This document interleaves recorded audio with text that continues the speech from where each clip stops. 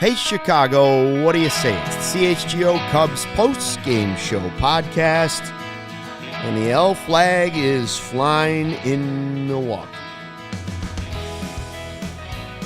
And it's not for Luke either. It's not. Hello to everybody in the live chat, live YouTube chat. Best way to experience what we're doing. Make sure you subscribe to the CHGO Sports YouTube page and join us after every game. We appreciate all of you that are out there. Hit the like button if you want to. If you don't, that's okay too. We'll break down the game. We'll break down what appears to be a Cubs collapse that will not stop in time. It is not officially over, but Cody, it is awfully, awfully close. The Marlins' magic number, the way I look at it, again, I'm not a mathematician. Their magic number is 1. Any Marlins win, any Cubs loss, and it's over for the Cubs because they don't have the tiebreaker. Yeah. The Diamondbacks' dream is over because you had to sweep and have the Astros sweep. You can't sweep anymore, so that is over. They can't catch the Diamondbacks. Nico Horner's knee is sore, but X-rays were negative. So that's good news heading into what looks like the offseason. But 4-3 in 10 innings and just another gut punch. Just when I had convinced Cody, man, don't put everything into this one. Just watch it, and if they come back and they win a couple, then go all out. But right now, just don't get your heart broken again. Don't go to the dance just to get your heart broken. Just sit this one out tonight. And then Ian Happ hits a home run. Cody puts on his dancing shoes. Yep. But we all knew it wasn't going to be good. Here are the numbers, Cody. Okay. That Sure, bother. make me feel great. No, these are the numbers that bother me. Okay. And again, I can't say that these are factual. These are numbers that I went to Valpo. I'm not a numbers guy.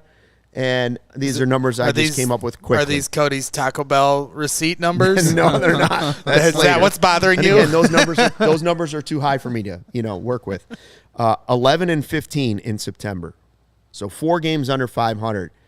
But I thought, you know what? Let me count this up. And again, it could be wrong, but I think I'm right. Since the Diamondbacks came to Wrigley, that's the last 20 games of Cubs baseball. That's 3 weeks.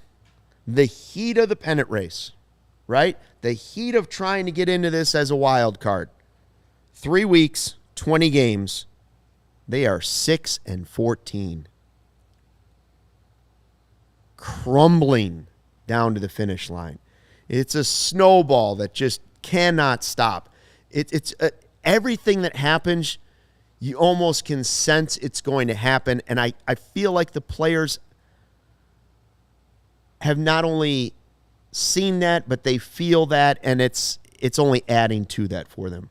So how are you feeling? Are you in the avalanche? Because I feel like the players are caught in the avalanche.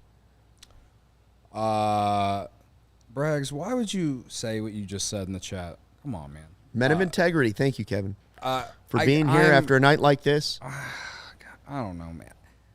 You were right for 9 innings or 8 2/3 innings. I honestly just didn't. You were okay. I was just kind of whatever. I mean, it was 3-0. They couldn't score any runs, and they scored. Even when they scored the 2 runs, I was kind of like, oh yeah, here we go, fake rally in the 9th inning. Can't wait. And as soon as I hit send on the tweet, Ian Happ hits the homer. This is why I can't be pessimistic, because every time I am pessimistic, I get proved wrong. I can't be that guy. I can't be that guy. I don't know, man. I don't have anything else to say, really. I've said it all. Thanks for checking out the CHGO Cubs Postgame. I've legitimately said everything the last 2 days. Yeah. Last 3 days. I don't want to repeat everything I said for everyone to hear again. Like, you already know how I feel. Miserable. You're miserable. I'm miserable. Yeah, this sucks. The finish has been pitiful. Yeah. It's been pitiful. No matter what I say, no matter what anyone else says, if they agree with me, like, people are going to go in the offseason and just remember the last 3 weeks of the year, and they're going to pin that as, like, what the season was. And I'm going to have to spend the entire winter defending Dansby Swanson signing. and I'm going to have to literally just put on the biggest brave face that I possibly can as we watch and see what happens in the winter, and and hope and pray that they make this team significantly better. I still think that they've made great strides, but I'm also understanding of the fact that this has just been a massive collapse at the end. And if y'all want to blame me because I went to Colorado and Arizona, fine. You want to blame the stupid puke bat that I did? First off, okay, I'm not the one who, quote unquote, jinxed it. It was our head of content, Kevin Kaduk, who walked on set and freaking said something about the black cat, and that is what started it. Okay, so or the wedding in the bleachers. But if I have to take the blame for that too, big of me. All right. If we just have to spend the entire offseason blaming me for everything, fine. At least we're not making up stupid excuses like this fan base did for Bartman back in 2003. We want to blame me instead. I'm willing to take the heat. It's fine. That's what I got for you tonight, guys. I'm willing to take the heat. But it's Cody, all my fault. Cody, when you say I got to put on a brave face for next year, for me as a Cub fan, this is extremely disappointing. And how this team will be remembered, this year's team will be remembered, is how they play next year. How was the 2015 team remembered? Well, they were remembered as start of something special. Of course, they're not going to have the playoff appearance and eventual World Series. That's how their story was written. But the same story can be written in a different way for this team. If they build off of this year and next year they come in a better team and they bolster this rotation and bullpen and get another bat in here, we're going to remember this year as the building block, the stepping stone. Yeah. So you say put on a brave face. To me, you should be excited. They did what they were supposed to do this year. I mean, what were they projected to win? I know. So I understand. It hurts. By me. It definitely hurts right now. And you've said everything that you've needed to say this whole week, right? Yeah. And maybe you're not ready to transition to positive vibes. I'm not but ready I do feel like they have taken the step in the right direction. Now build off of this and be a playoff team next year, and this year will be remembered fondly. Yeah. It just will not be like we can officially put to bed these are the 2015 Cubs. This is a different team. This is a different rebuild. It's a different process. It's looked different. It feels different. It is different. So just accept that they're not at the same place that they were in 2015. It's not the same group of guys. What did we talk about on the couch? I said, do you consider this year one or do you consider it year two of the rebuild? I said two. And I would agree that it is two, but it's a soft two. Yeah. Right? Like, I don't feel like... I mean, it didn't... With the way they played, it didn't feel like it was a rebuild year, right? Like, in 2012, 100 losses. 2013, almost 100 losses. Well, again. there are parts of the season where it did feel like it was a rebuild. One of them is right now. Right. In May, for sure. 6-14 down the stretch. I would argue that they're probably 10 games under. This team's not as bad as what they're playing right now. No, they're not. Okay? At full strength, even at half strength, what we're playing at now, they're not as bad as this. But this stretch of baseball, accepting that this is over this season, the miracle's not coming. I wrote them off already once, but now I'm writing them off a second time. I did it last night. So this is check mark number 2 for me. What this needs to do is now show the front office and the ownership, listen, the rebuild is taking longer. Now you need to get serious and make some big moves. Not that Dansby Swanson wasn't a big move. Not that Marcus Stroman wasn't a big move. But you cannot fully count on just prospects to turn this around. Right. And you can't count on just Dansby Swanson and prospects to turn this around. You're going to have to make some hard decisions this offseason, whether that means selling high on somebody that maybe you don't want to sell high on, or spending big money like the Mets or the Rangers did, right? Like really starting to get ready to go all in, or getting creative. they're going to have to make some big. You can't just march this back out next year because you're going to get the same result. Don't be the Bulls. Don't tell me that it could be different next year with the same situation. And don't bring back more versions of Hosmer and Mancini and the prospects. There are serious problems with the roster. And if you don't bring back Cody Bellinger, you have one at third, you have one at first, you have one in the rotation, you have him in the bullpen. You've got them all over the place. Not as many as you had last year in the offseason, but you still have an awful lot of them, and you have to start addressing those when that time comes. As for this game, what I find frustrating about this one, Cody, is that it was once again what I like to call, as a kid growing up, the former Cub factor. It's always a former Cub that kills you, right? Like, I knew they weren't going to win this game. I could have told you they weren't going to win this game. I've seen it 1,000 times in my lifetime. But when Colin Ray's on the mound, and all you can muster off of him for 5 innings is 2 hits and no runs, oh, this offense just sucks the life out of me sometimes, right? Yeah. Doesn't it just feel like there were a couple more mental mistakes that the play by Hendricks at first didn't end up costing them, but it was just another, oh, man, come on. Nico, again, tonight, oh, man, had a play. They didn't turn out to be massive plays. But the offense tonight, with everything on the line, you think, man, finally they're going to turn it around with runners in scoring position.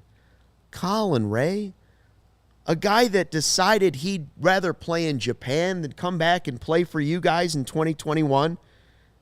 He was like, nah, I'm good. I don't want to be a part of your bullpen. I'm going to go to Japan. And you couldn't lay some runs on this guy? Oh, brutal. Brutal. Yeah. I mean, he chose Japan over being in your bullpen. Yeah. Nah, I got an opportunity in Japan. Yeah. I mean, I had seen a little bit of Colin Ray this year and was kind of like, oh, of course the Brewers picked this guy up, and of course they're making him useful. So I'll give him a little bit more credit. But yeah, I mean, he was a project that the Cubs, I guess. He's a journeyman. Yeah. He's a journeyman. He pitched like a whole season for AAA. He was like a quote-unquote project, though, because I thought his thing when he was with the Cubs was injuries from the past were a big part of why he had been. He's been with multiple teams. Yeah, I know he's been with the different Padres. Teams. I believe he was drafted by Blue Jays. I don't know. Yeah. Either way, he's been around. You are correct in it's saying tough. that you only get 2 hits off the guy through 5 innings. Like, yeah, that's been the story of honestly the entire month of September.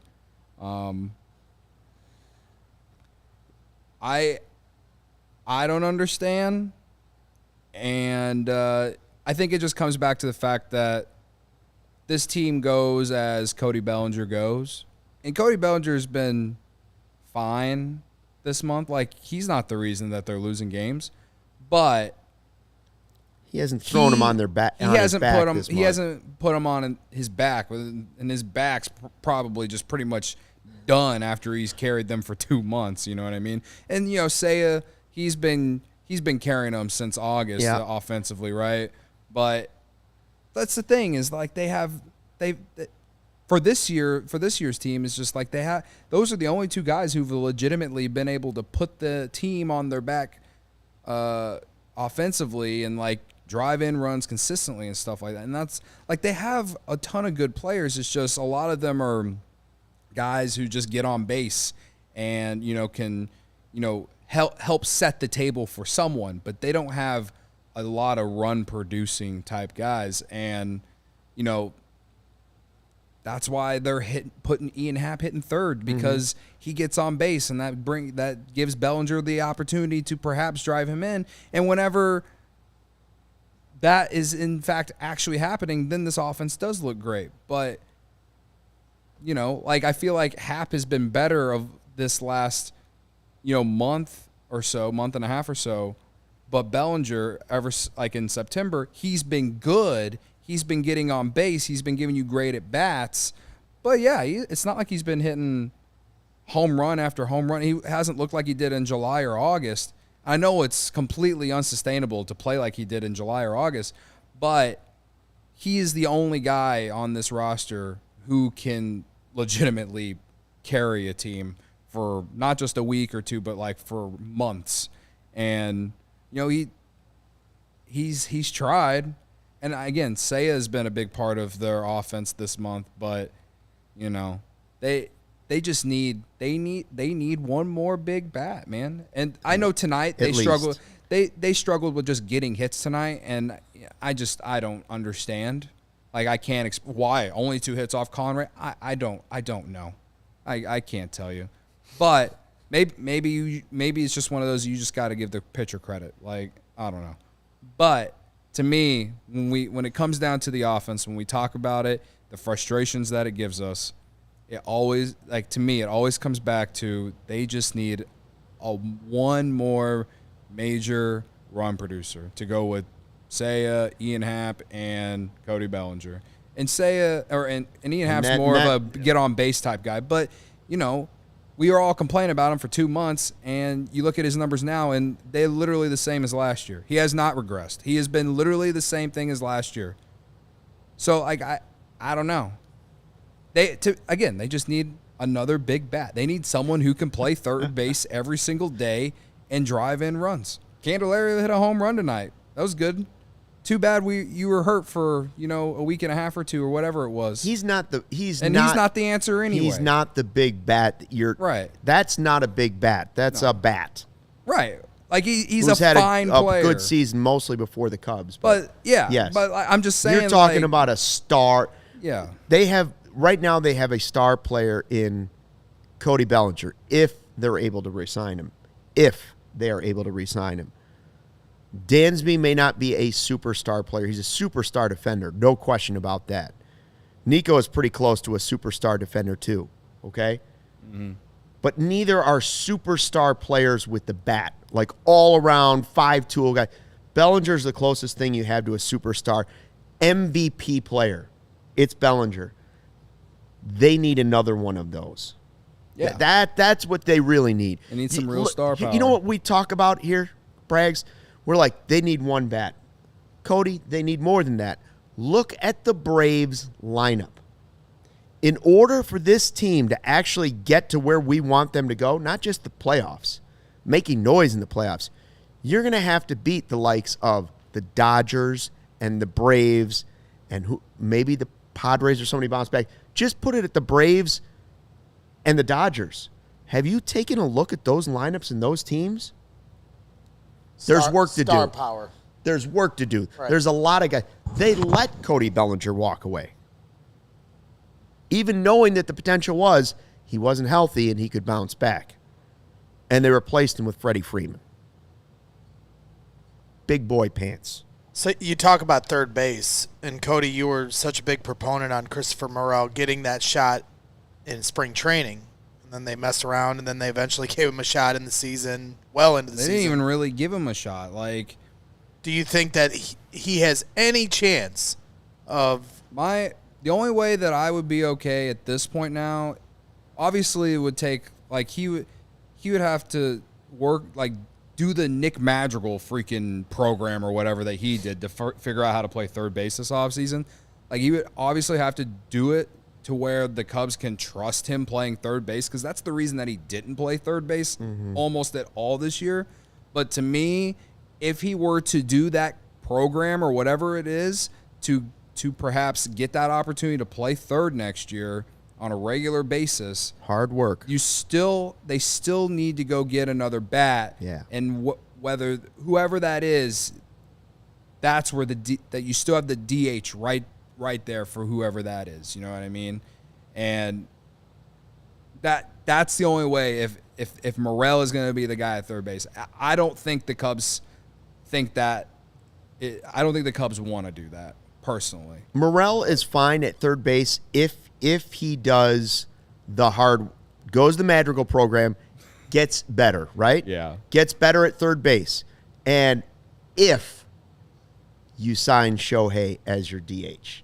Like DH is taken. Like, remember, there's a lot of moves that then you can look at other positions and say, okay, we don't have to be a superstar at third base. We can wait for that to come along, and maybe it's Shaw, maybe it's Morel, but our DH is taken care of, and our rotation the following year will be taken care of with that type of signing. Again, you have to start thinking really big because, in my opinion, if you don't bring back Bellinger and another free agent, probably not Shohei at that point, but if it's Bellinger and somebody else, make a big trade to get that player, whoever it might be. If you don't do that, or you don't sign Ohtani, if there's no Bellinger and there's no Ohtani, boy, Jed Hoyer's going to have to get really creative to impress me with the offseason. Yeah. Because I don't see the other avenues. Right. And I agree. Like, I'm not saying that I want Morel to be their third baseman next year. Like, I'm just saying, I answered based off what Braggs asked me. I would have liked to see Morel play some third base this year because, again, I thought this was I never thought it was a rebuilding year. I thought it was they're going to be a lot more competitive and they'll be in more games and the season will be a lot more fun.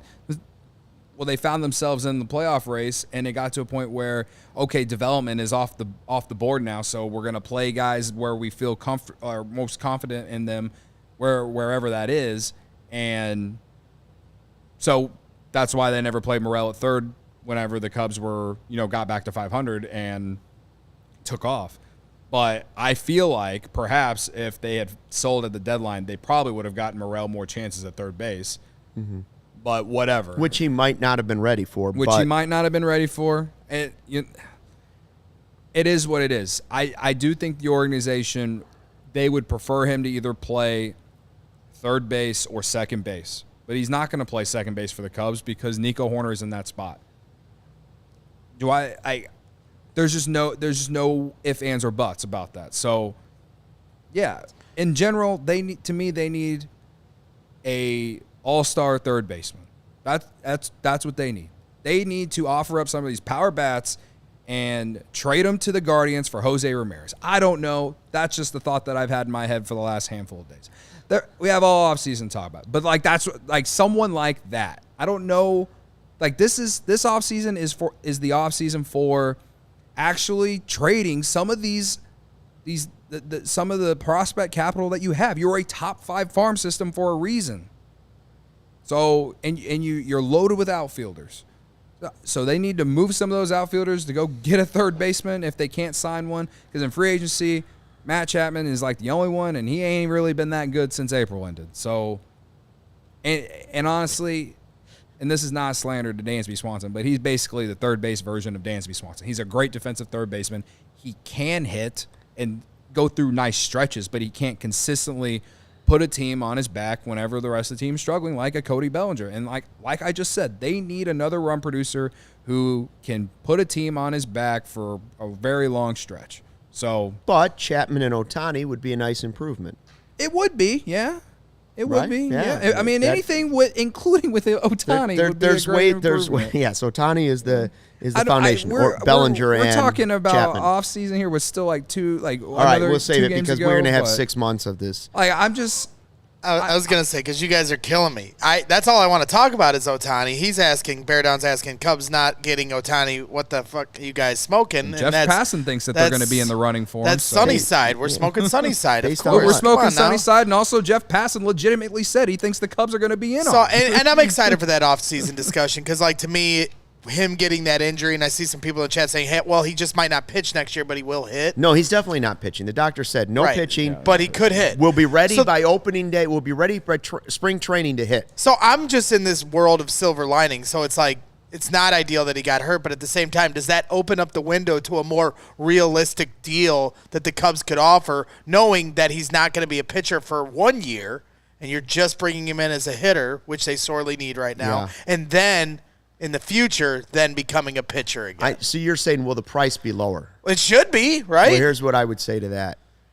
One team just paid an insane amount of money for Carlos Correa when doctors were telling another team, this guy's leg is going to break in half. He's got a steel plate in his leg. And they still gave him an insane amount of money. And he's nowhere near as good as Shohei Ohtani. Yeah. So there's lots of debates with Ohtani. The trick is, the beauty of him is he's a generational player. No question about it. He plays two things. He's a pitcher and he's a hitter. So wait a minute. You're getting a 2-for-1? Yes, and when he's injured, it's a 2-for-1. Just keep that in mind too. Like, there's a great side of that and a negative side of it. Do I want him? Yeah, I want him on the Cubs. That would be spectacular. That would be the biggest thing they could do this offseason, would be throw the money at Ohtani, start building from there, and the prospects can help fill it in after that. Well, and to you guys' point, Ohtani, whoever, Cody says just get a big bat. Whoever it's going to be, and Ohtani would be the biggest multiplier presence that would make Ian Happ, Dansby Swanson, Nico Horner, all these guys so much better, right, because of the presence that he has around them. It's like Dansby on the Braves. Dansby on the Braves, you look at him and you're like, wow, he comes up in the lineup, and I think teams are like, man, Dansby Swanson's up again.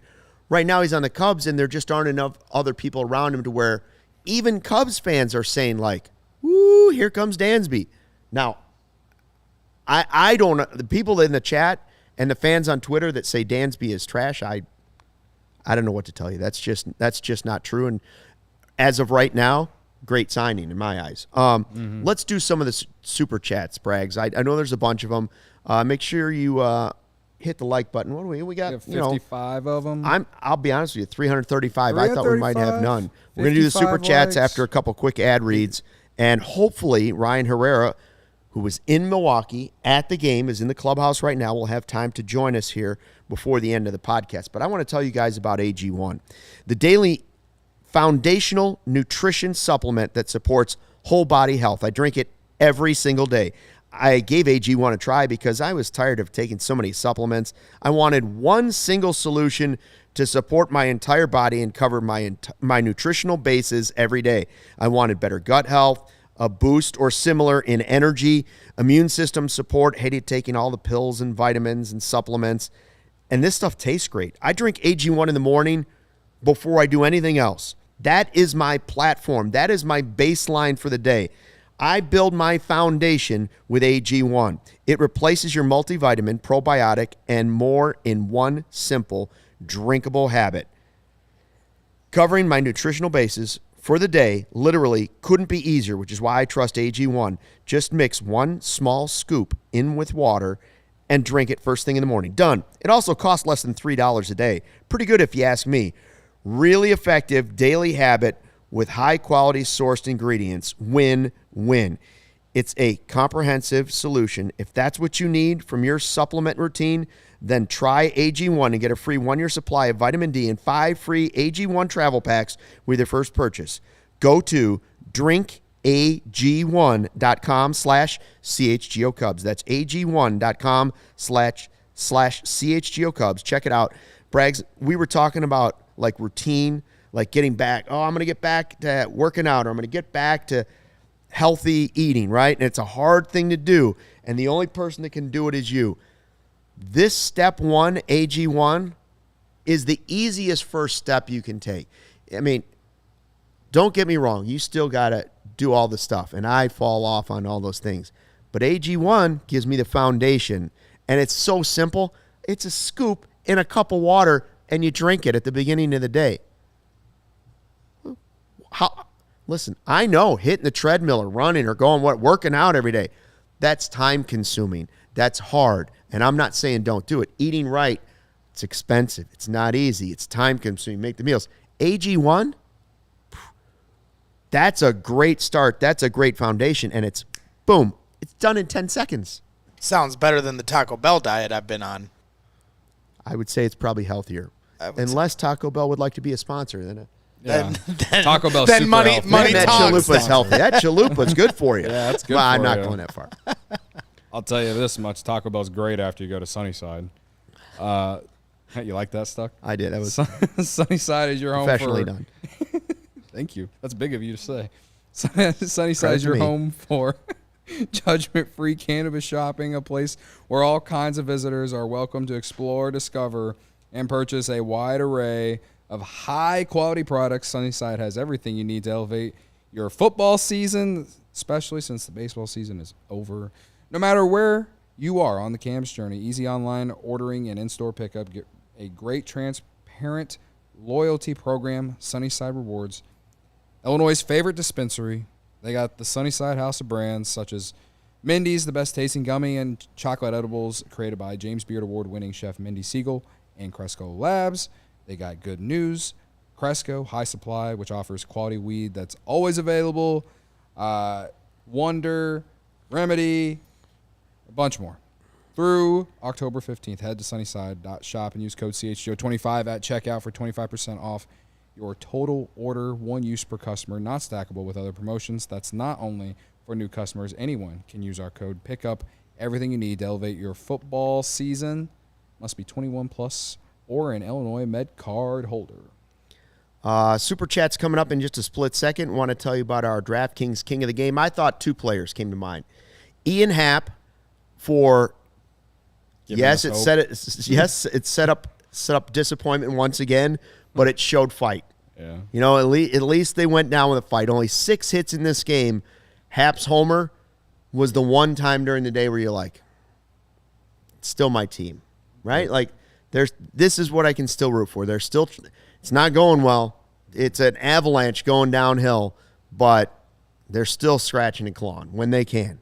And so I give Happ my DraftKings King of the Game. The other guy I would have given it to is Adbert Alzolay, fighting to come back from his injury, doing anything he can to help this team. Pitched a nice inning. Yeah. Good to see him back. I mean, he could have just folded up and said, listen, my arm, my health, my body, too important going into this offseason for myself moving forward. Guy fought back, came back, and he's back here. And I guarantee you he's not 100%. All right, let's do the Super Chats. Brennan's the first one, $1.99. Cody, can we get a vlog of you going to Taco Bell? Sure, whatever. I'm down. Mexican pizza? Oof. I've never had it. No. There's a very funny TikTok about a Mexican pizza. And don't whatever him. I mean, the Cubs may have you down, but Taco Bell's going to pick you back up, my friend. What is your order at Taco Bell? It's been a long time. Do we really got to go through the intervention? Now I'm on the spot here. So I always get a quesadilla. There you go. Now, do you get the extra sauce with the quesadilla? Are you a pro like that? You know what kind of quesadilla? Just a get the cheese? Chicken quesadilla. Chicken quesadilla. Always. Yeah. I like a quesadilla that's a little crispy, and that doesn't really happen from Taco Bell for me. On recent trips to T-Bell, I've been all over the grilled cheese burrito. Grilled cheese burrito? Yeah. That's been... I've never heard of that. That thing hits different. Ravi's got the nacho cheese chalupa. There you go. Mexican pizza. You know, the class. God. A very young Cody loved the box, like the 10K, the 10-pack or whatever it is. 10 tacos? The 12-pack. I don't know. Braggs, you know this. You go to Taco Bell more than me. I always get the same thing though. I get the cheesy gordita crunch. Oh yes. Chicken quesadilla. Okay, I've had one of those. Extra sauce on the chicken quesadilla, just in case they skimp you. You got to be careful. Different Taco Bells, different, strategies, different recipes. So you got to always say extra sauce for the quesadilla, or they put it's sauce in it. In the quesadilla? Yeah, it's like the special sauce, right? Okay. And then a burrito of some sort that I may or may not actually get to. And then if I do, so like buying the Taco Bell is like the greatest moment of your life. And then after you've eaten it, you hate your life. Yes. Cody's got it. That's the cycle of taxes. Taco Bell. Yes.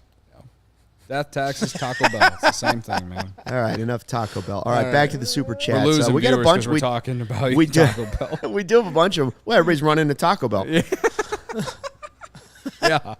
What else we got? All right, what else we got? Give me the top. The choked Bragg. beer bat is what did it. Cubs are 6-14 Torna. since then.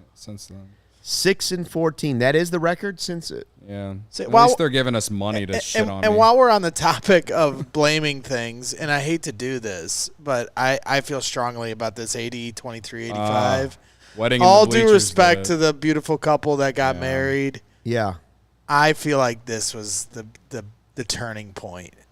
I mean, the wedding happened, and it has gone to shit. They lost the game that they got married in the bleachers. Like, if I'm going there and I'm going to do that, like, I'm going to make sure they're up by 6 before we start doing the ceremony. They were losing while they're doing this, and they like planned I said, it. They got the wedding dress. The priest is showing up, up. and I'm sure they're a lovely couple, big Cubs fans. I'm sure of it. Crane was throwing holy water on them. But I'm blaming the wedding. All due respect, like I said, none but love. All right, for all right. Cubs. You feel like if you blame who you want to blame. I feel like if you're gonna do the wedding in the at Wrigley Field or something, like you got to do it like outside at like the park, or like if you have the money to just like ask the Cubs to let you guys come in and do it on the field or something like that. Like, don't do it during a game. Yeah. That's my only thing. It's the curse. I personally it's a new curse. I will not blame that. Curse of the married couple. I know Danny Rocket's all over. Or Jeff, the Bleacher Jeff has been all over. Bleacher it. Jeff's upset. Well, what does he Joe care? from He got a Obvious $100 Shirts bill blames it, too. from He was Ian Happ. So Everyone is blaming it. Half the people are blaming me. Half the people are blaming the wedding and the bleachers. And I'm just blaming it on a flawed roster.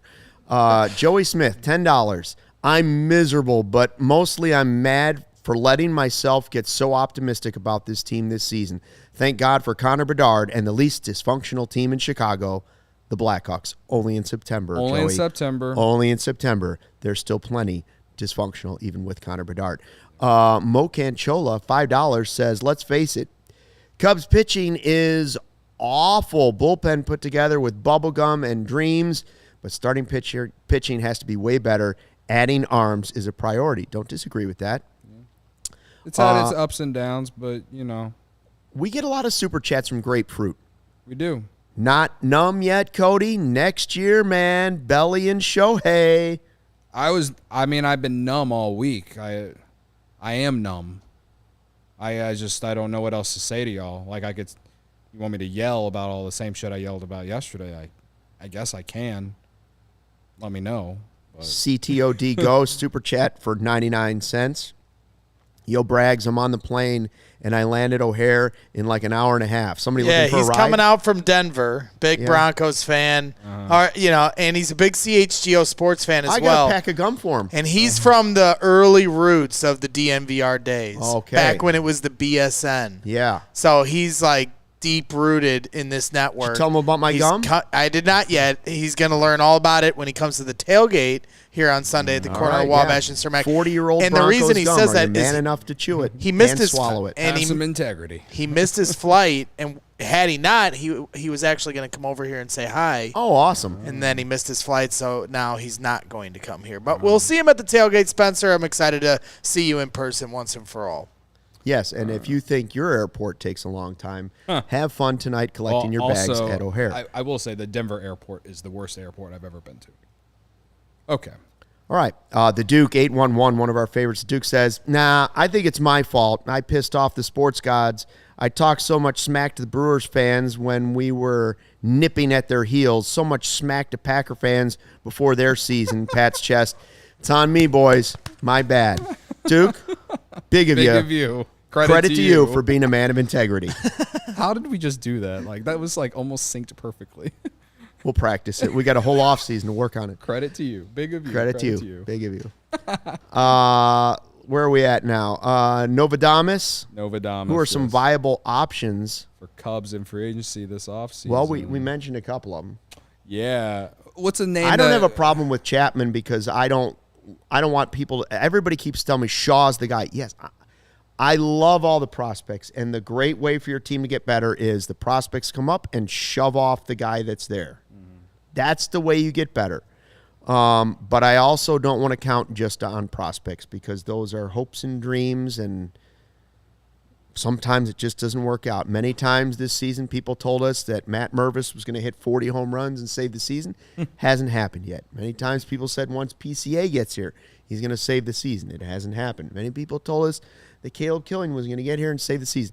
And that's not me dogging on these prospects because Wicks has come up and done a nice job. It's just saying they're still prospects. They're still young. Some of them are still really young guys. Yeah. And doing it at the minor league level is not the same as doing it at the major league level. I hope they all work out. I do. Yeah. No, I don't hate it. Now I just to name a name that we haven't named. Yeah. Viable free agent options. I guess this would feel a little bit like Shohei and Bellinger. This might feel like them signing Bellinger this past offseason. Okay. But it worked. Reese Hoskins is a free agent. All right. And he tore his ACL at the beginning of the year. Like, he didn't even play a game. I think he tore his ACL in spring training. He plays first base. I mean, I love him, and I don't think an ACL would change his game. I'm just saying, I would assume the Phillies are going to be like, oh, we got him. Yeah. Again, this is just practice. A practice of naming someone else. Yeah, and I don't think you would get the Bellinger deal because he didn't have failure. He just had an injury. I only say it just in for right. the sad that's fact a great that name. maybe Bellinger might not re-sign. It's a good name. It is a guy like that. Honestly, it would be very Cubs in my opinion, just based off the fact that he was hurt all season. You know what I mean? And the Phillies have already invested a ton of money in a bunch of guys on their roster. I don't know. So that's first base. Now you want to talk about a starting pitcher or something like that. I'm looking down this list, and maybe Aaron Nola. Aaron Nola might be that guy. What about Josh Hader? Andrew, $1.99 super chat says, honestly, I think we should go for Josh Hader.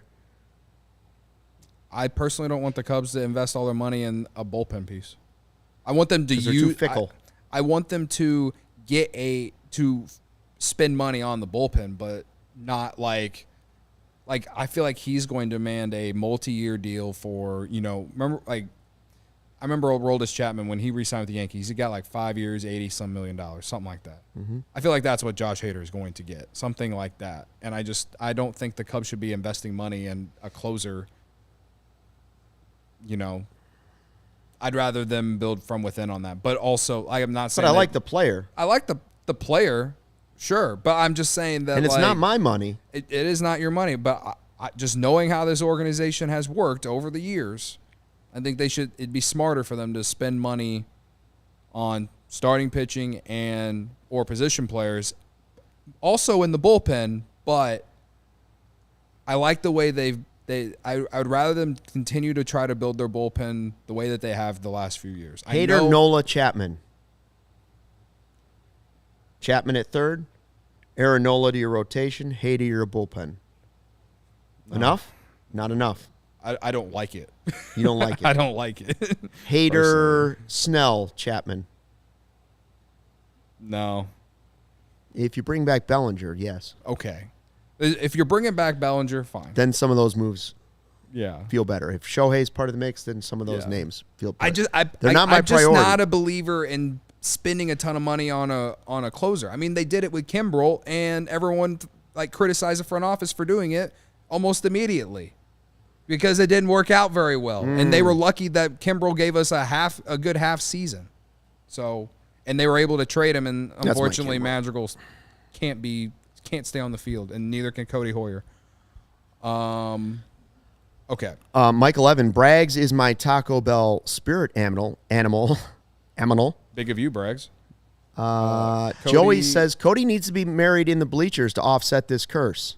All right, let's slow down a little bit. Let's not force anybody into anything. I'll put that in the notes app. Marry some Taco Bell. Married at the Taco Bell. Fernando, the super chat. Our guy Fernando, thank you, Cubs CHGO. It was also you guys that made this season great. We all Cub differently, but we all meet here. Good times. Thank you. Yeah, shout out to Fernando. He's been here all season. Fernando's one of our we are loyal listeners watching. We have been treating this post game as like a season-ending post game, but I mean it's not technically over. So who knows? Maybe they win tomorrow and the Marlins lose. I don't know, but that wasn't the lowest point in my life. Oh no, that's another therapy. Yeah, that's another therapy. That's like 4 days ago. This has turned into like the Taco Bell post-game show, which is my fault. Well, tomorrow you guys can get back on track. I apologize.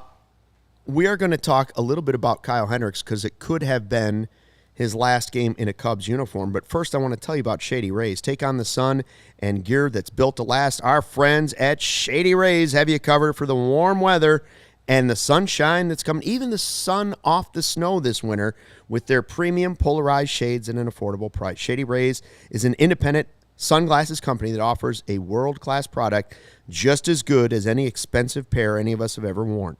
Durable frames, extremely clear optics for outdoor adventures. And that's not all. Shady Rays offers the most insane protection in all of eyewear. Every pair of sunglasses backed by lost and broken replacements. If you lose or break your pair, even on day one, they told us they'll send you a brand new pair. No questions asked. Wear your Shady Rays with confidence because they have your back long after you purchase them. And together with their customers, Shady Rays is providing much needed support to nonprofit partners across the U.S. through Shady Rays Impact. From building play sets for pediatric cancer patients to providing young adults with MS the outdoor adventure of a lifetime, Shady Rays is making an impact in your community and others like it now for years to come. If you don't love your Shady Rays, exchange them for a new pair or return them for free within 30 days. There's no risk when you shop. Their team always has your back. And exclusively for our listeners, Shady Rays giving out their best deal of the season. Go to shadyrays.com and use the code CHGO. 50% off 2+ pairs of polarized sunglasses. Try for yourself. The shades rated 5 stars by more than 250,000 people. That's 250,000, baby. Yeah, I should have put my Shady Rays on to hide my pain. They're good for that. Put them on for the tailgate on Sunday. Yeah, absolutely. There's going to be plenty of Goose Island at the tailgate on Sunday. It's the official beer of CHGO, Chicago's beer since 1988. They got the Oktoberfest this fall. I know you're a big fall guy. I'm a big fall guy too. Fall, everything. They get the Beer Hug family. This place is crawling. Pumpkin with spice donuts with little cream cheese frosting. Ooh-wee. With an Oktoberfest beer, huh? Oh yeah. Yeah. Little apple cider. Ooh. Yeah. Hot apple cider. Hot apple cider donut. Also delicious. Send me to an old pumpkin patch here. Like I said, Beer Hug family, which this place is like full of right now because they're like 24-ounce cans and no one wants to take them home because they don't want to drink them here. We got the 312. That's a classic. And, of course, the Full Pocket Pills, which is what the Brewers are drinking. Not the baseball team, but their Brewers. They're always drinking. So right. Yeah. That's my favorite I beer. bet the Brewers are secretly drinking 312 as well. Yeah. I wouldn't. I mean, they don't want to let people know they're drinking Chicago beer, but I bet they're drinking Chicago beer. Benny the Brewer. So like we said, the tailgate's coming up this weekend. There's going to be plenty of Goose Island there. Shout out to them for helping us put on these events. Grab the Ultra Fresh Brewery exclusive beers at Goose Island's original brew house on Clybourne Avenue in Lincoln Park, or from their tap room on Fulton Street, which is my favorite spot of the two. In Westtown, Goose Island Beer Company, Chicago's beer. Boom. Back before we move on to Kyle Hendricks, because he deserves his time, I do want to say I'm not fully against signing Josh Hader. I just feel like it's just a bad use of money. Right. Like, yes, it's not our money, but I feel like if money were just endless. Yes, if money was endless. And the owner was willing to do what the Mets did, then yes, I would sign Josh Hader. And listen, I don't complain about Tom like our friend Godfather does or anyone else, but I just know that could loom large in a negative way if you sign someone like that and things downturn,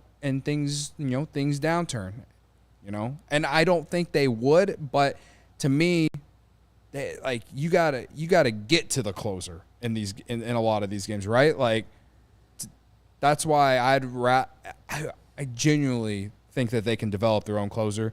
That doesn't mean I don't want them to spend money on the bullpen, but I just don't want them to spend that kind of money. Here's one on thing. One guy. Here's one thing about Hader to keep in mind. He will get overpaid because he's a good closer. If you're able to develop your young closers, whoever that guy might be, whether it's ALLCITY next year or somebody else coming up the pipeline, if you're able to do that and also put the guys in the old pitch lab and find your Merriweathers each year, and you have Hader, but the next guy is able to force him out, keep in mind, you don't have to always pay that entire contract. Now you can trade that contract because there's nothing more valuable at the trade deadline than having that guy. And if you think you've now got so many guys that you can afford to do that, even in an offseason, if you say, you know what, there's a year left on his deal, there's 2 years left on his deal, and we're okay to move on from Hader, but somebody's going to give us something of value. Just remember, it doesn't always have to be you run the risk of it being guy gets hurt and you pay the whole thing. But somebody like that can be valuable for a long time without an injury. Yeah. So that, Again, I'm not trying to say no, that I know. I think that he's going I to agree with you that go they down. have higher priorities than, to me, they need an arm and they need bats more than they need to find that. They need to find a closer, maybe, if it's not ALLCITY. But I think ALLCITY is okay as the closer as long as the pieces leading up to him are good. Yeah, and that's how I feel. That's what I'm saying. Like Fulmer's going to be a free agent after the season, right? Like, do they try and bring him back, or are they going to sign another veteran like him? I just think they need more depth, and I think they need to. I think that's going to be a mixture of guys from within, and also hopefully maybe they find another diamond in the rough on the waiver wire like they did with Julian Merriweather. Like, I know it was a roller coaster with the bullpen this year, but overall, up until these injuries hit in the last month of the year, it was pretty good from June until September. So they need to find a way to bring guys in that you automatically know what roles they're going to be in, and they got to find a way to get more consistency throughout a full season, not just for 2-3 months. All right, let's bring in the one, the only, Ryan Herrera, who is in Milwaukee. I will always call it Miller Park, no matter what you want to call it. It is Miller Park. It's the only name that makes sense for their ballpark, okay? Absolutely. Ryan was there. He's boots on the ground, and I believe he is driving back to Chicago after this game, so we're not going to take up too much of his time. Ryan, how bad was it after this loss? Ryan, call back. Hold on one second. Call right back. I promise. Call Call right back. Don't do this to right me. back. We don't hear you. Try it again. It's all right. We'll talk briefly about Kyle Hendricks, who may have pitched his last game in a Cubs uniform. He had a 4-year, $55.5 million deal. We're going to ask Ryan about this in a second because the team option takes his $14 million contract from this year to $16 million next year. Okay, so there's $16 you would invest in Kyle Hendricks, or the buyout is $1.5 million. That's going to be an interesting decision in the offseason. Is Ryan there? Can we hear Ryan? Is Ryan? Are we doing this? Does it work? Oh, let's do it. All right. How bad was it? I mean, it's kind of, I don't know. I don't want to say they're accepting it, right? That they're, I think it's more like they're not naive to where they are in the standings or what the scoreboard says or any of that. Like I think guys understand that it's kind of coming to the end, and talking to Dansby, kind of, he admitted, like, the whole cliche, like he even said it, like, it's cliche, but you got 2 more opportunities because they're not eliminated yet. So I mean, I think a lot of those guys are still trying to keep that mindset of, like, we're not out of it. We can, if we could take care of our business, you never know, kind of, that kind of mindset, that just fight to the end. But, it's they're a game and a half back of the Marlins now. Like, it's going to take a lot for them to get, find themselves in the postseason after tonight. So it's, I guess, positive that the guys are still keeping that mindset. They're going to go out and try to win a baseball game tomorrow. But, I think, again, they're not naive to where they are and what the situation calls for at this point. Ryan, is my math right? The Cubs need to win the next 2, and the Marlins need to lose the next 3. For the Cubs to make the playoffs, yeah. That would. The Marlins' magic number is 1. A Cubs loss or a Marlins win in any of their potentially next 3 games would do it. Yep. So it is obviously bleak. Do you think, was there any talk about that potentially being Hendricks? Did he address that? Did anybody ask a question like, hey, man, could that have been your last game? Or is he not ready to address that until after the season? Yeah, I mean, I think, no, we didn't address that with him. We actually talked to him about that back when they were, Last. and he kind of addressed it, like, hadn't really given it thought because he's just trying to win games. And, he talked about it back then, but like right now well, for one, I think we all kind of look at it as they're probably going to pick up that option for him. I think he's pitched well enough and shown him enough that he can fit into that rotation somehow next year. But I also think it's like, not that he doesn't appreciate the fans at Wrigley and that, but it's like they're very focused on, or at least have been very focused on trying to win baseball games to get themselves into the playoffs. And so, like, as far as like the last home game, last potential game in a Cubs uniform, all that, I just think the game itself, the fighting for the playoff position is just everyone's focus, not just Kyle's, but like everyone's focus on right now. And as we said, like it's kind of getting towards the end here. It's Yeah. do or die from here on out. But that's been the focus, really. Man, the Hap home run, just like the last 3, 4, 5 games,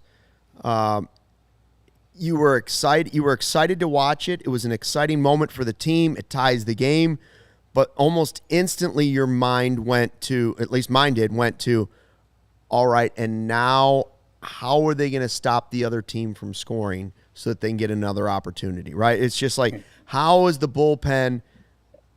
What's going to happen to the bullpen this time? Would you say that the bullpen injuries have been the downfall of the team? If you had to pick one thing, would it be the bullpen injuries, the collapse of the bullpen a little bit? Well, I think, and I mean, for this week, I like that's Yeah. been obviously a big problem. Like the 2 Braves games, even actually today, like the bullpen was mostly fine, but like the Braves games and like we've seen it. But then you look back and like the offense had a stretch during this kind of late season struggles where the offense wasn't going out there and doing their job, or the starting rotation wasn't going out there and doing their job. But I think as far as this week, those first 2 games in Atlanta, it came down to the bullpen, and they just couldn't hold. Who admittedly is one of the best offenses we've ever seen, couldn't hold them down for the last few innings of that game. But you see it, man. You see a lot of these guys are just kind of like struggling to the finish line, and they're not. They won't say that, right? Like they believe they can go out there and get the job done. But you can just kind of see that a lot of the guys that are being used a lot, have been used a lot, that had like over summer were Ross's guys, had earned all that trust. And lately, like it's a lot shakier. And that's, a lot of those guys, we talked to a lot of the guys after the game about being gassed or tired, because they have been like, if you think about like the trade, just clawing their way out of the 10 games below 500, think about avoiding the sellers at the trade deadline. Like they have played a lot. They have done a lot. They have had to respond and claw their way out of a bunch of different situations. That means a lot of the phrase that everyone hates, but the guys that got them there have had to play a lot because they're getting their way out of a bunch of holes.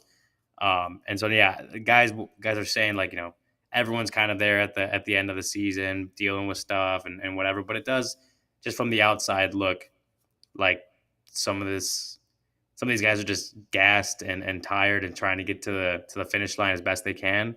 And when you look at the bullpen specifically, it's been like, you don't know what you're getting, because even the guys that were the high leverage guys all year, just they feel a lot shakier, and you feel a lot less confident in the bullpen down the stretch. I did not fall asleep, Barb. I'm just over here bobbing my head. Cody fall asleep? No, but it is getting late, and Ryan's still going to drive back. I am numb, so I can't feel things. That's right. Ryan, real quick, Nico is okay, because that's the only thing that would have made this loss worse is an actual injury to Nico Horner. And are there any other nuggets we need to know about? So for Nico Horner, was it the foul ball off the kneecap, left knee, in the 6th inning, I want to say it was. But we were told after the game that x-rays were negative on Nico's knee, his left knee. So that's a good sign. Is he going to play tomorrow? we definitely won't know till tomorrow. But that's a good sign at least, because that could be problematic. And I guess kudos to Nico for trying to stay in there, trying to help the team win the game. But clearly that was an injury that they didn't want him to battle through there after the 6th inning. So, but X-ray's negative, good signs for Nico, and we'll have more of an update tomorrow. All right, Ryan's going to be back there at the ballpark tomorrow, even though the chances are getting smoked. What was the chance of making the playoffs at one time? 90%? 93. 93? I don't know what it is now, but it is not 93. I would say it's slipping away very Will they get to your season prediction of 83? Well, that's what I'm most excited about, is that when it's all said and done, there's a pretty good chance that we still get 83 wins, which would make me really smart. Well, 85 is dead. 85 is dead, but 83 is still in the cards. Yeah, it's so messed up, man. Like, my 88 was it was looking like they were going to pass that up in a landslide. And I was going to look real smart. I never look smart on this stupid podcast, man. I always look like the moron. Braggs, clip that off. Clip that off, would you please? Thank you. I always look like the moron. That's why everyone either hates or loves Braggs, me. clip that off real quick. Carter predicted 86. I set myself up for that one. That one's fine. All right, Ryan, travel back safely, and we'll talk to you tomorrow. We'll be here for an hour-long post-game after the game again tomorrow. Ryan Herrera, you can read his work at ALLCITY.com. Make sure you sign up to be a diehard so you get to see all of it and don't miss any of it.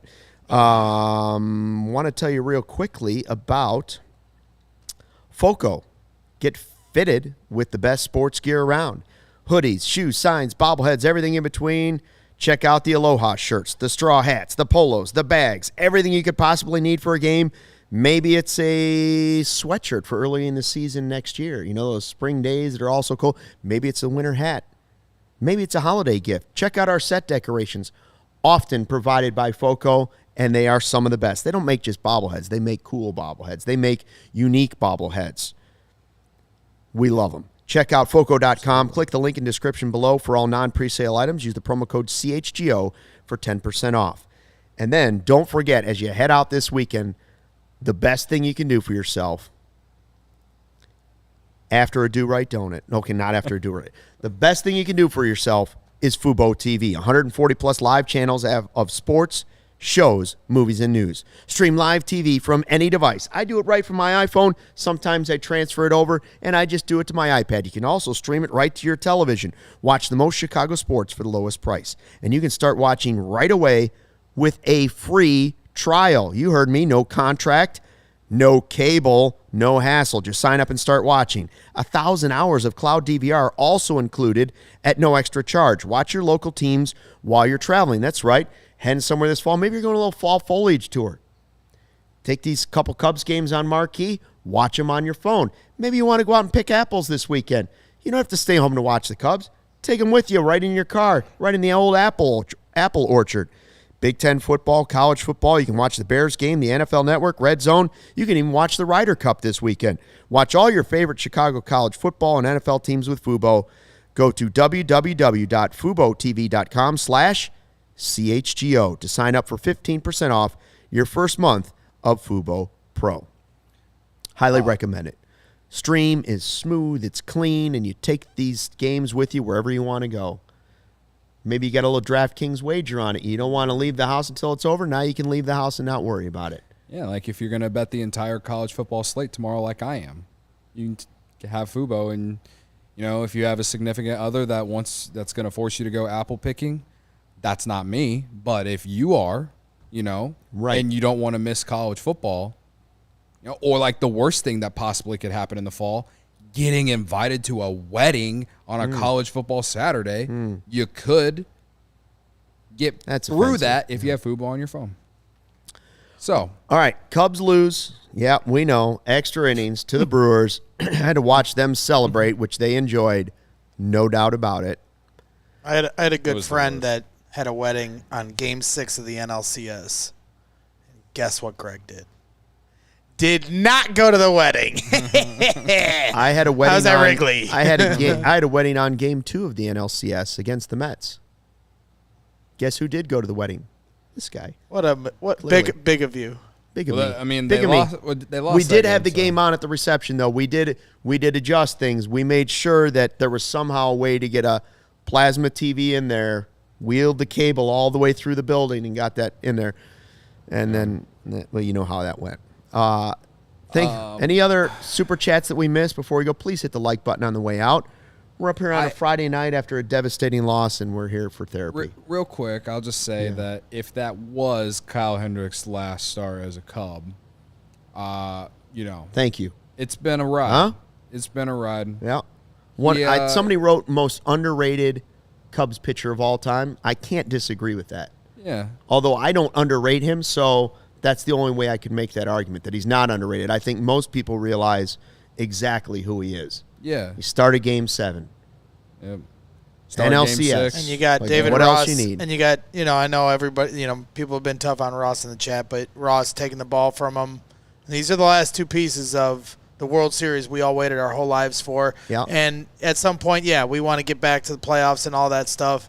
So it's not a defeatist attitude to continue to appreciate what these last two guys meant to what we did, they did. Yes.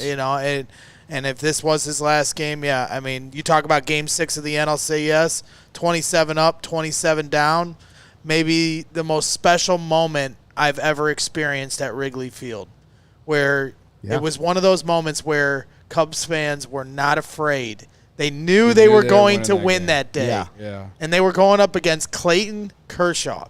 And it didn't matter because they were not going to be denied that day.